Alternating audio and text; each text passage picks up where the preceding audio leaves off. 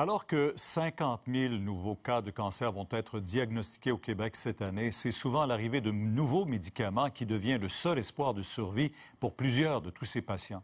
Vous allez voir, Harold Gagné nous dit que de plus en plus des remèdes ne sont pas approuvés et remboursés par Québec, ce que dénonce la coalition Priorité Cancer.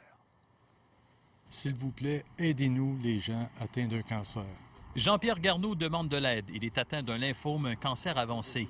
La seule façon pour lui de prolonger sa vie, ce serait d'avoir accès à un nouveau médicament. Mais Québec refuse de le payer. Au total, on parle d'à peu près 35 à 36 000 $ pour le traitement complet, puis qui me donne une chance d'avoir une rémission d'au moins 6 ans. La coalition Priorité Cancer dénonce le fait qu'au cours de la dernière année, l'Institut national d'excellence en santé a recommandé seulement le remboursement d'un seul médicament anti-cancer sur 13.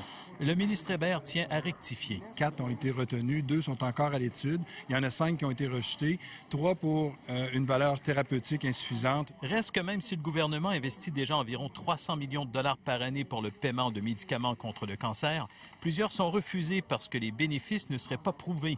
Les hémato-oncologues ne savent plus quoi répondre à certains de leurs patients. On voit que les médicaments sont de plus en plus refusés ou retardés, et ça nous inquiète beaucoup. On annonce des milliards pour toutes sortes de projets. J'ai la misère à croire qu'on ne puisse pas innover en annonçant un projet à l'effet qu'on va faire et permettre à des gens, des centaines, des milliers de personnes de survivre. Le ministre se défend. C'est d'abord la valeur thérapeutique.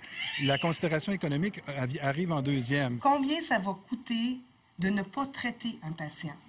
Combien de fois il va se retrouver à l'urgence? Combien de fois son proche aidant va devoir s'absenter du travail pour l'accompagner? À l'Institut national d'excellence en santé, on croit qu'il faut élargir le débat parce qu'il y aura de plus en plus de demandes pour de nouveaux médicaments qui coûtent de plus en plus cher.